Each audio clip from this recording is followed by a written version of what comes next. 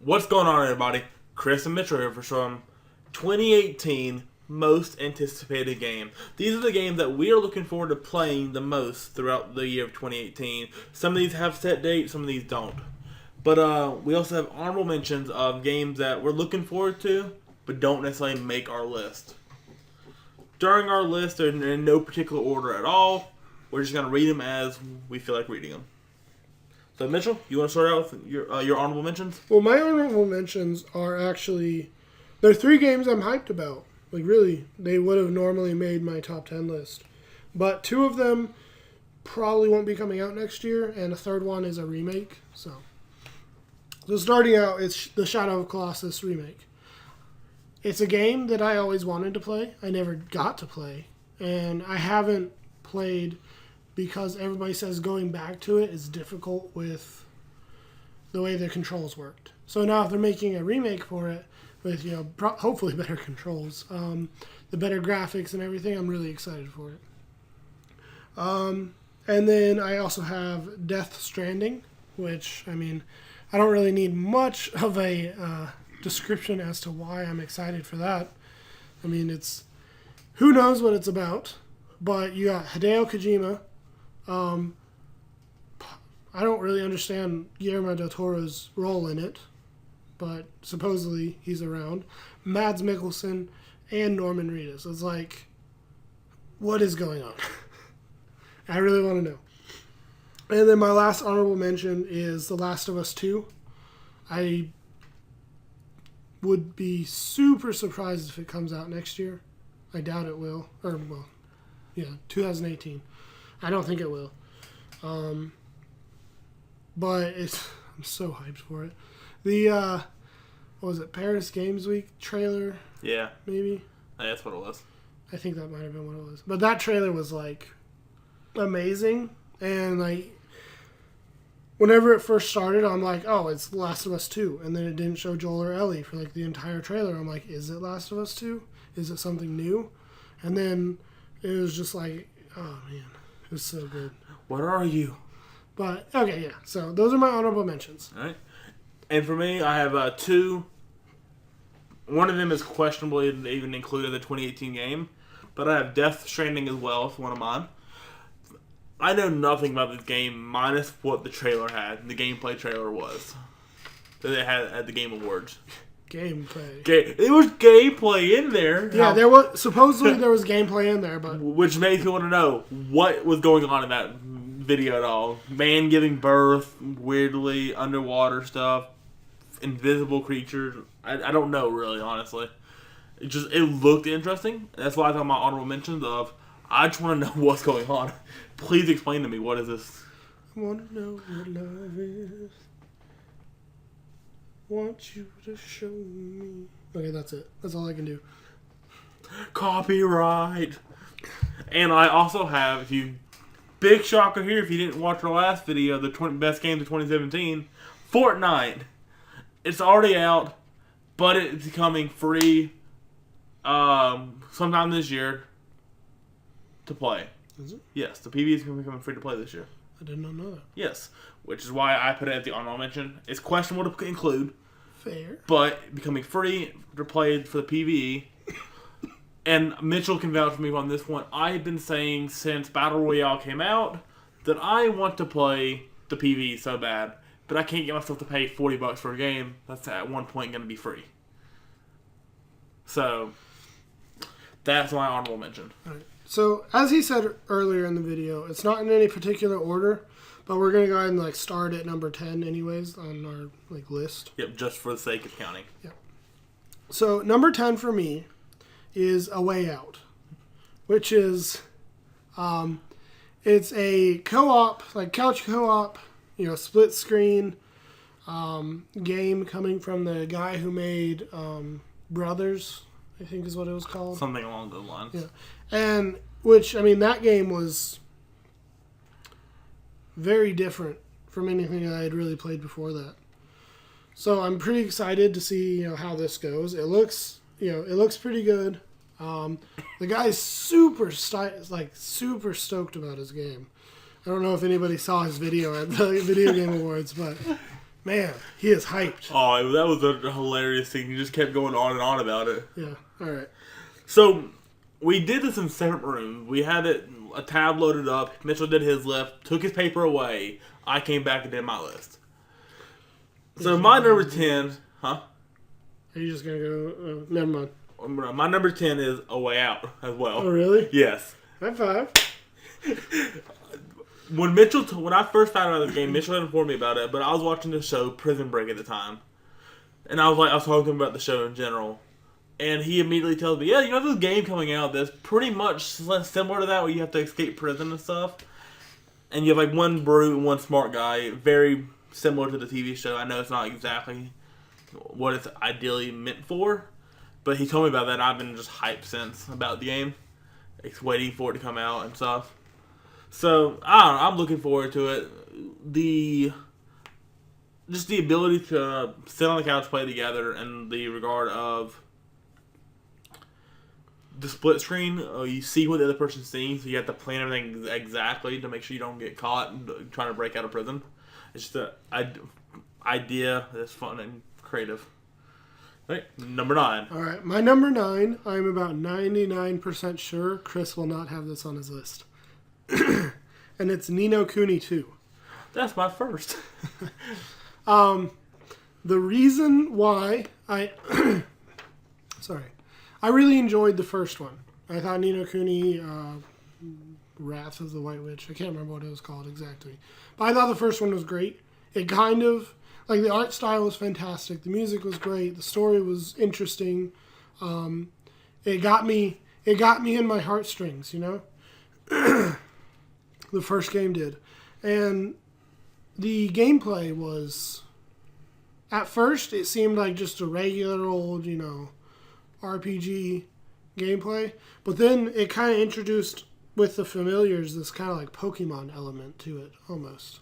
Which I thought was really interesting. And I know that Ni no Kuni 2 is going to have, it's going to be different.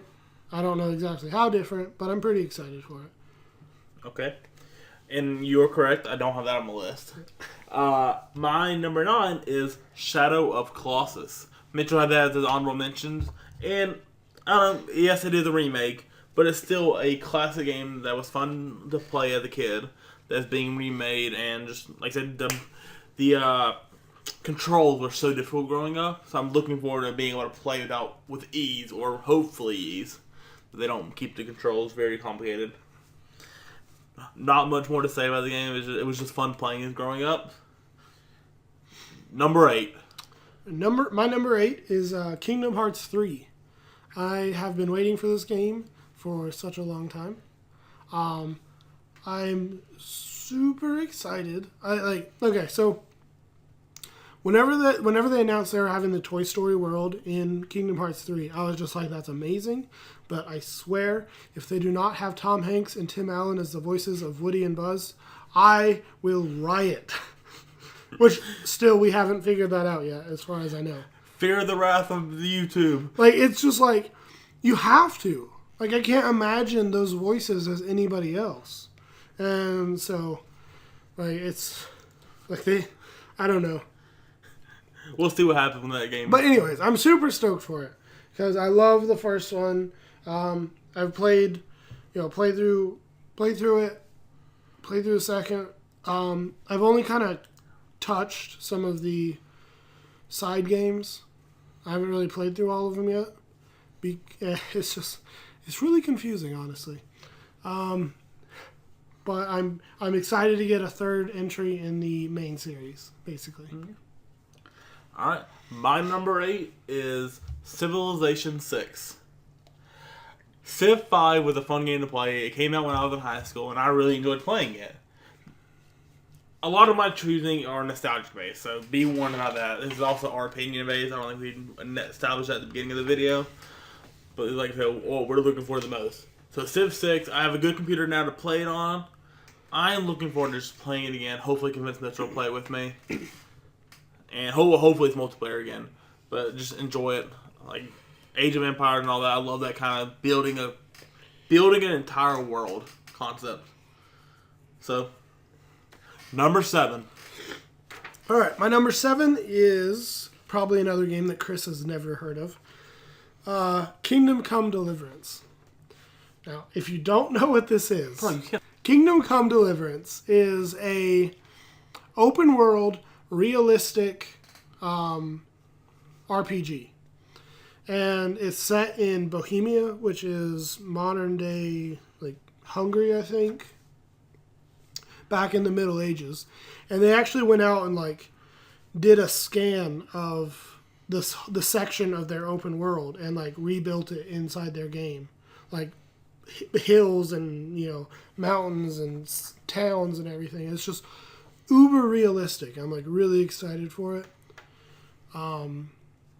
I think it's been out on early access a little bit on PC maybe, or maybe just a beta. I'm not sure exactly what all it was.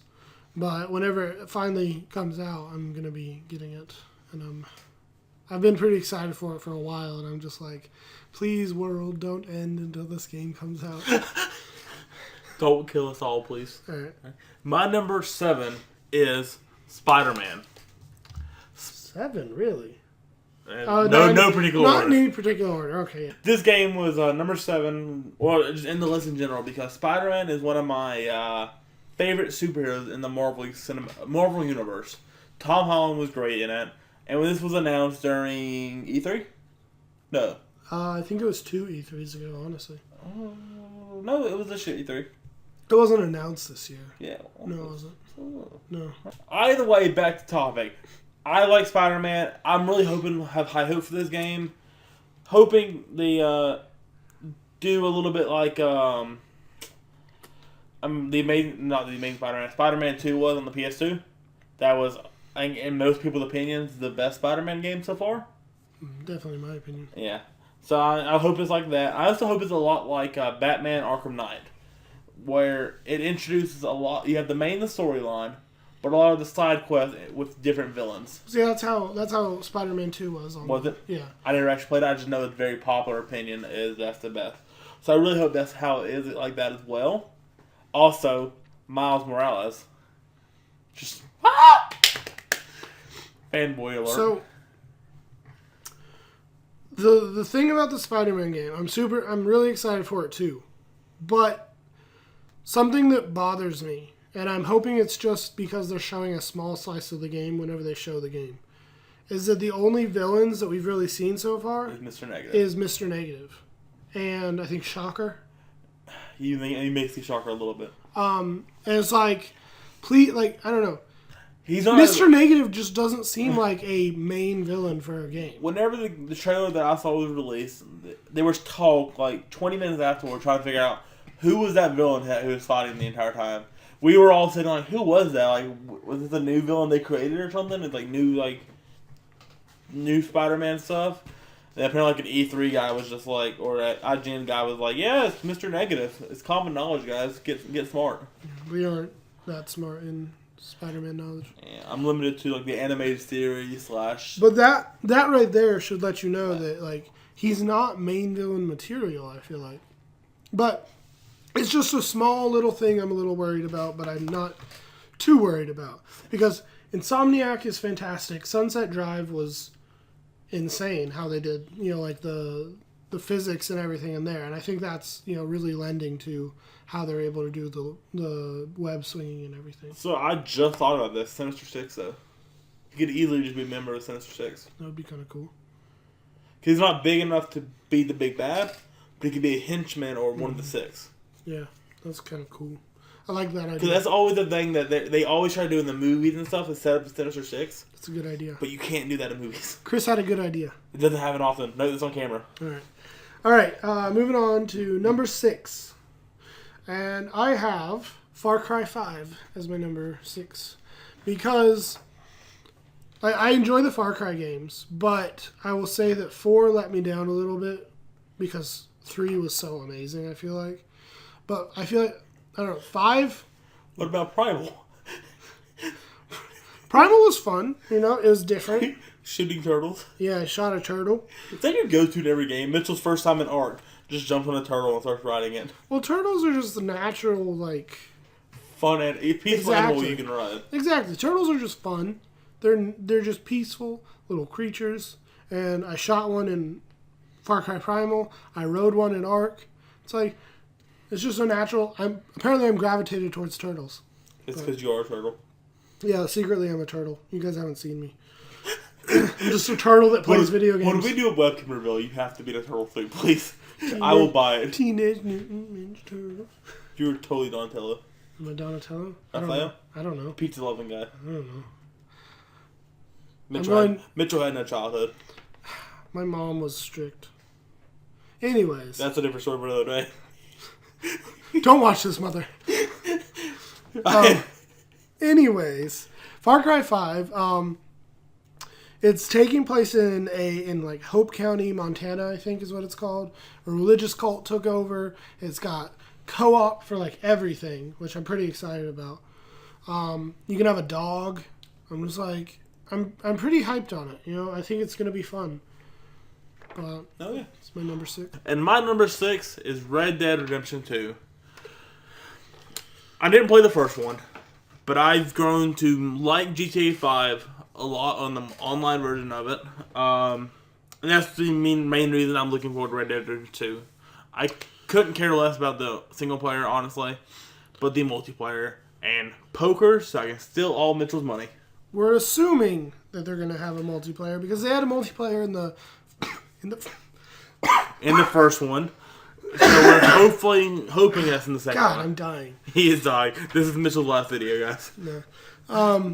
But yeah, they had multiplayer in the first one, so I'm really hoping they have it in the second one, but they kind of model it after how they did GTA Online. Yeah. For GTA 5. Which then we're also hoping there's poker within it. Yeah, I really want poker because I want to still. I want to play poker. I don't get enough chances to play poker. I should get poker at the infirmary. Poker night at the infirmary? Yes. Yeah. I think so. Steam? Or is that on PS4? I think it's on PS4. Is that on Steam also? I don't know. It might be. We'll look it up after. Look it up after. All right. Number 5. All right. My number 5 is Days Gone. I am hyped because it's like, okay, so there's a few things here. Originally, I'm from the Northwest, whereas this game's going to be taking place. So there's that. 2, it's Sony Bend, which I like them as a studio, but I love the fact that they're just out in the middle of nowhere. Bend, Oregon is literally the middle of nowhere. It's hilarious. But anyway, to the gameplay part, it looks like it's really fun.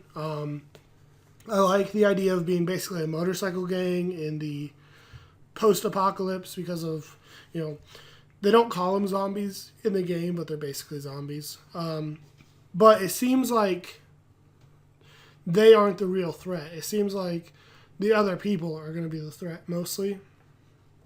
So, I don't know. It just looks really cool. Looks fun.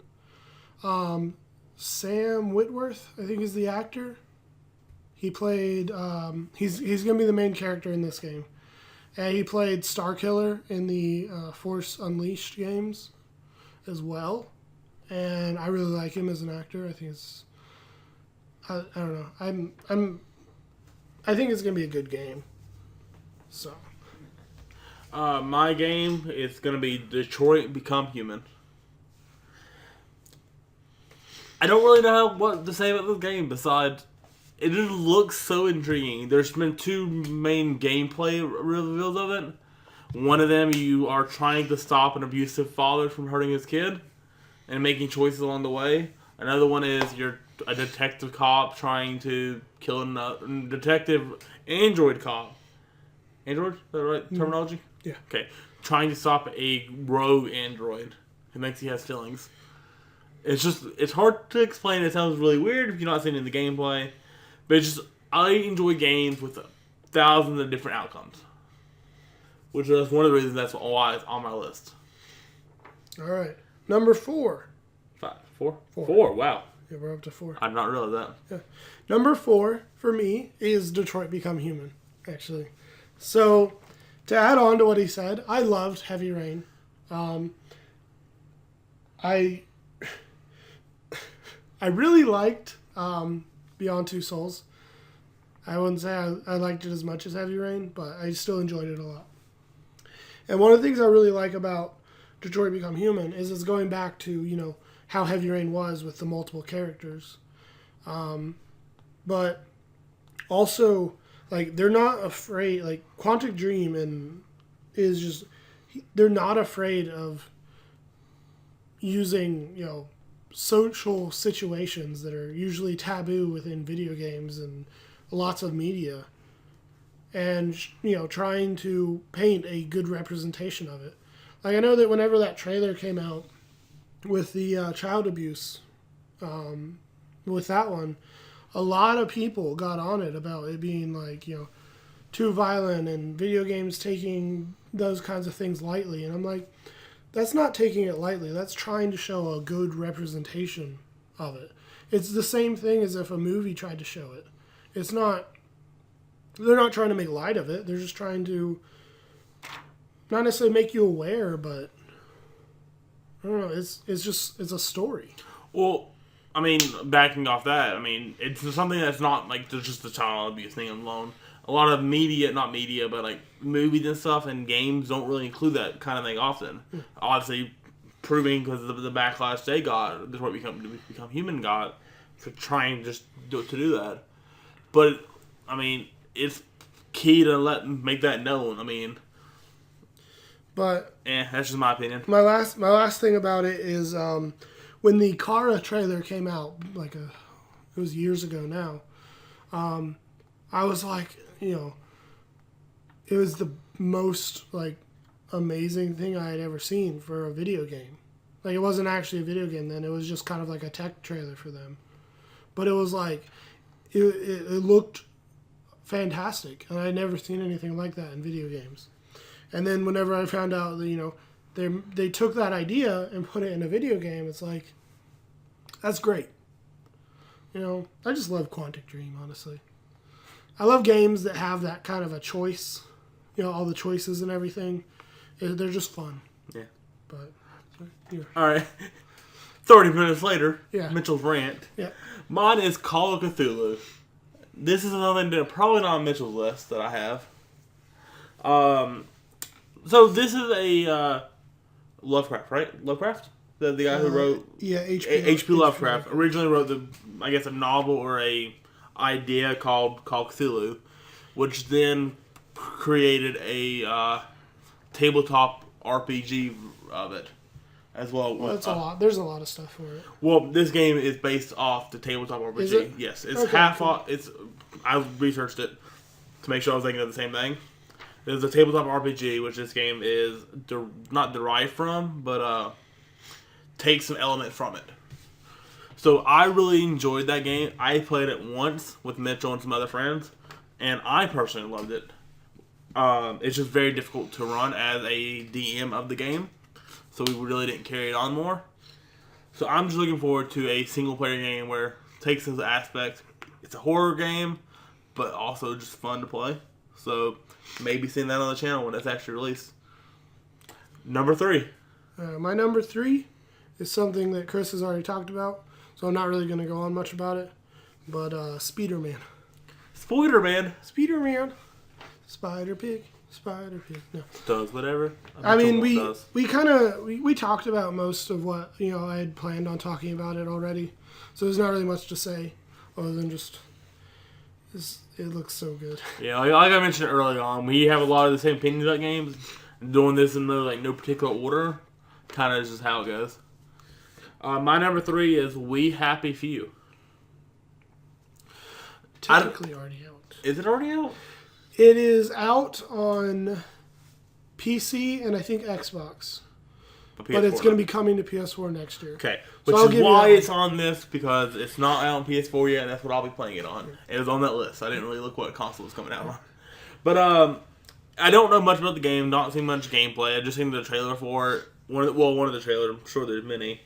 And it just looks interesting, where everyone's on this drug constantly, and if you go off the drug and realize how bad the world actually is, you're in the wrong. You probably know more about the game than I do. If you want to explain how the game actually more is, but it just looks interesting from what I've seen. No, I mean that's basically it. That's basically all I really know. Okay. I've looked into it a little bit, but not too much because I planned on playing it one day. So I didn't want to get too far into it. It looked good. I'm may play it. I'm not gonna say yes or no, but it looks good. Like the right at the beginning of the game, like the little bit of gameplay that I've seen, you're like in your office, and if you don't take your little happy pills, you go to like a little office party where they have a piñata, and they're sitting there like beating the piñata with a bat, and then you like kind of go out of your happy like zone. And it's literally like a dead animal that they're just sitting there and blood splattering everywhere. And it's like... Oh, my. It's like, I'm very interested. I know that some things have happened over the past few months with it. It's, they're trying to make it a little more mainstream, I think. I don't know exactly what all's going on with it, though. Okay. So... Well, number 2. All right. My number 2 is God of War. I'm so ready for it to come out.